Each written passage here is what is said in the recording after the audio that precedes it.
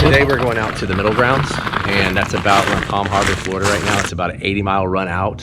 The Middlegrounds is just like a bunch of, like, I guess I would say peak and valleys of awesome rock, live bottom, and it's probably, I would say, one of the best places in the whole entire world to catch a giant grouper. Big snapper out there, but really we go there for grouper. So you got red grouper, gag grouper, and we've caught some giants. Did a trip, I think it was last year at night, and we went out and slow pitched like glow jigs, and I think we got an 18, a 22, and a 26-pound gag, like back to back to back. What's the difference between like the Atlantic coast slow pitch versus here on the West Coast? So there is a huge difference on that. When I came over and fished with you guys, I mean, right off the beach, it drops off. You guys have deep water, you have current, right? Over here, we're gonna run 80 miles and probably only be in 150, 160 feet of water, which is pretty cool. So as on your coast, you guys could use multiple power slow pitch rods and multiple gram jigs for where you're, you know what I'm saying, where you are. For me, I can most times go out here with just a power one. I use a Levitate 681, and the jigs normally 150 to 180. You know, we will very rarely get current over here, but it's not like your coast at all.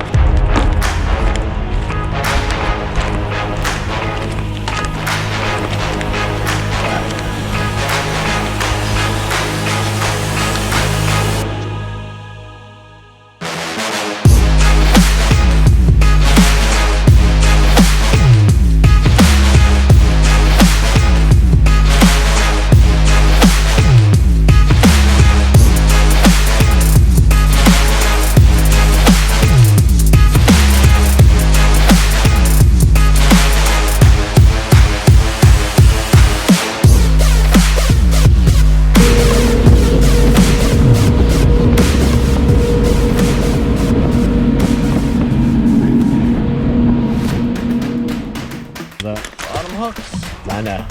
I'm about to do it. It was just absolute glass out there. I mean, you couldn't have picked any calmer water to get out there. So for the first drop, I throw down our supersonic gold and orange 200 gram jig. I know that it's not so likely that you get hung up out there at the Middlegrounds, so I wasn't too concerned about getting hung up, so I was okay with putting hooks on the top and bottom. I feel that increases your hookup ratio for sure, just having more hooks swinging, and also increases your ability to land the fish because you have more penetration points, and you're less likely to bend a hook out or have tackle failure that way.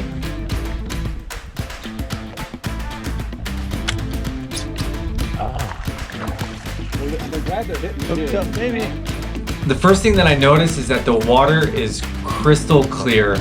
We started out in about 120 feet of water. It was a nice little spot that Kevin's been developing over the years, and what he does is, you know, he'll get numbers and then he develops that spot by making marks. Everywhere that he's caught a fish, he puts marks. You could see how like it started from one center point and has developed into a big area for him. And you know, these numbers are sacred to him. Good shot out there. Hey! Look at him, how can you tell? Let me get back on that. There you go. Nice.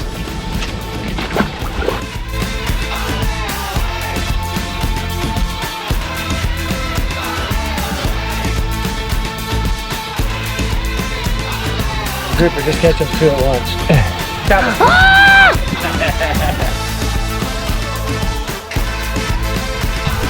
Red grouper, Gulf of Mexico, baby. Middlegrounds. Yes, sir. Woo! Yeah. That's awesome, bro. Good job, buddy. Happy time. What do you eat? Laddie, 160 pumpkin. Y'all know it. Ooh.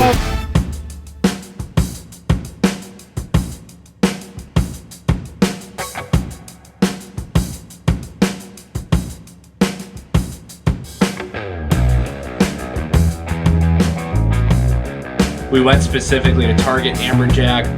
We went to this wreck, and the fish finder screen was just absolutely lit up. And if you saw our intro video with Randy doing his I'm on baby, I'm on. In heaven. Come on. There you go. Come on, baby, come on.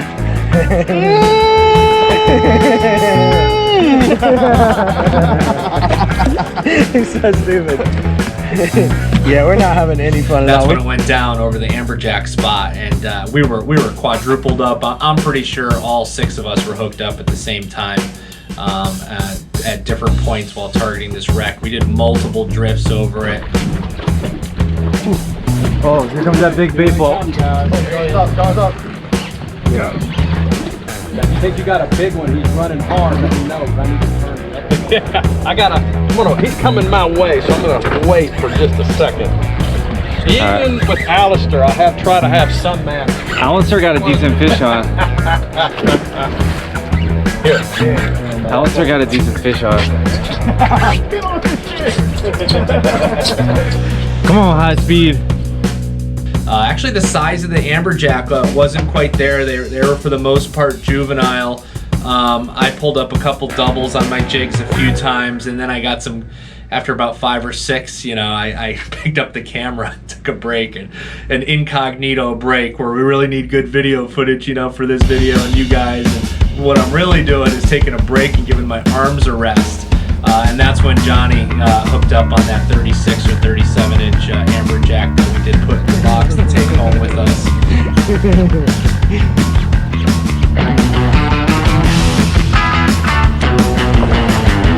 I'm gonna change your mind a little bit here. Too big.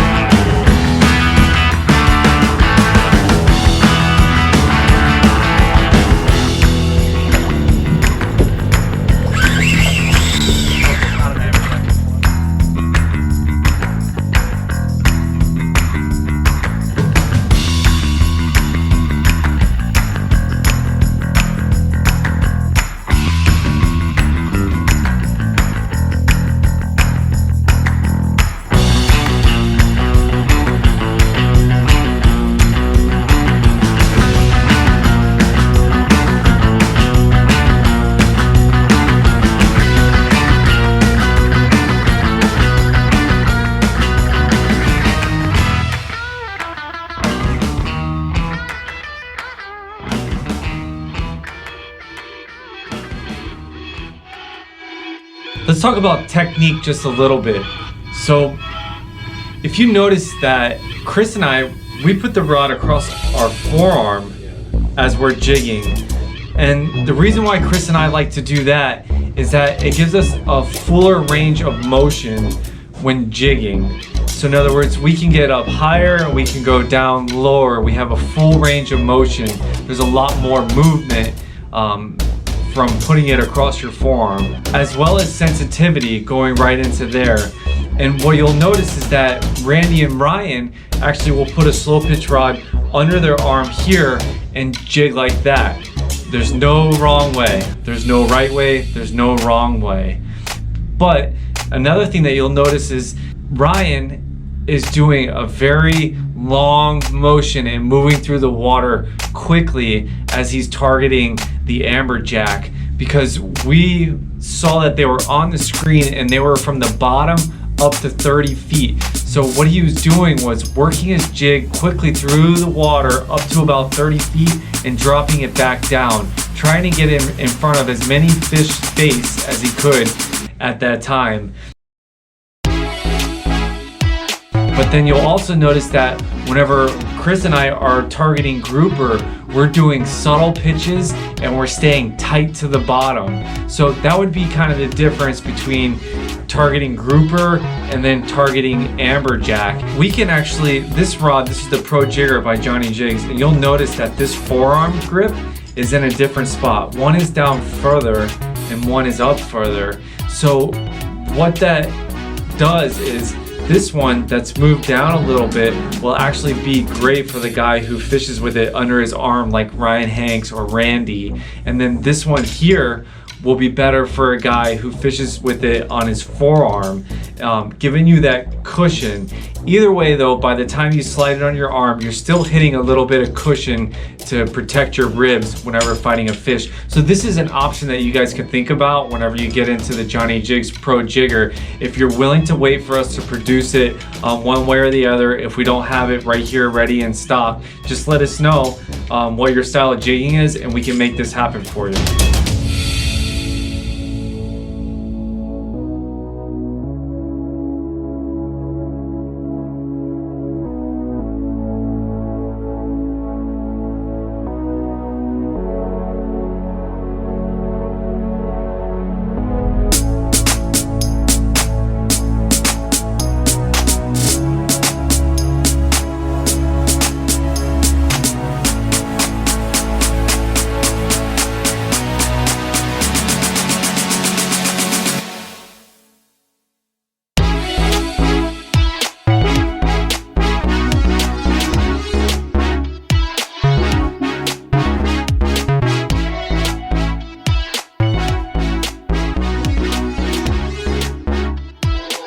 The American red snapper. They're just such a fun fish to fight. There's a few snapper, you know, in the snapper family, muttons and queens, and these ARS, American red snapper, that just, they get big and they fight. You know, you're in a battle with a fish that you, when you go to sleep at night anticipating the next day's fishing, that you're hoping for, that you're thinking about, you know, and you think you're ready for them, but then one strikes your jig and starts screaming drag on you, you know, and your rod's keeled over and you're working on angling it down and letting him go on his first run. And as soon as you start gaining back on one of these American red snapper a little bit, they go for another run, you know. Whew.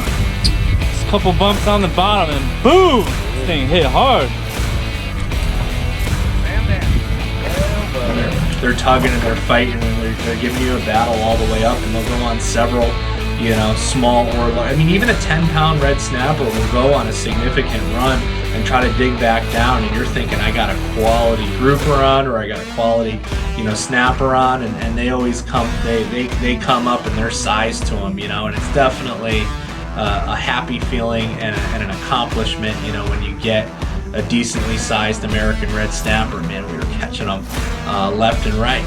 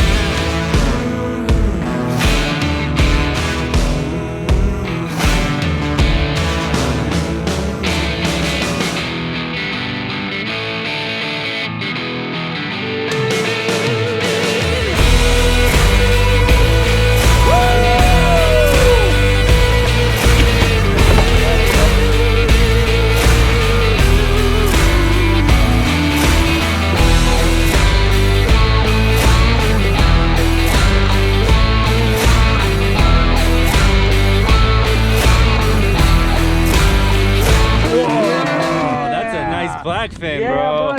Woo! Yes, sir. Turn the time. Turn the time.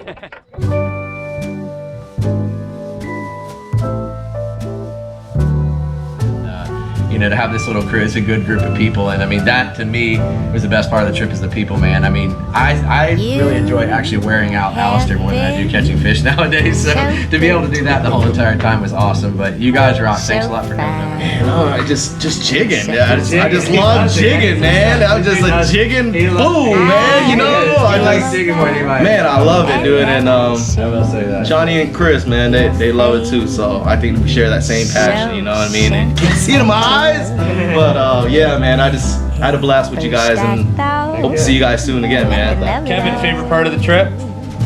I'd say seeing that big ass king mackerel. Just a that was passing Big, That's a giant, seeing yeah. that big king mackerel. Which one? And one day, The one. The first one that came on the I mean, boat. look, we got pictures of that one and we got it in. Both your of them were name, huge. they Thanks for watching. Don't forget to like and subscribe. You could also follow us on Facebook and Instagram. Jig On. So thankfully.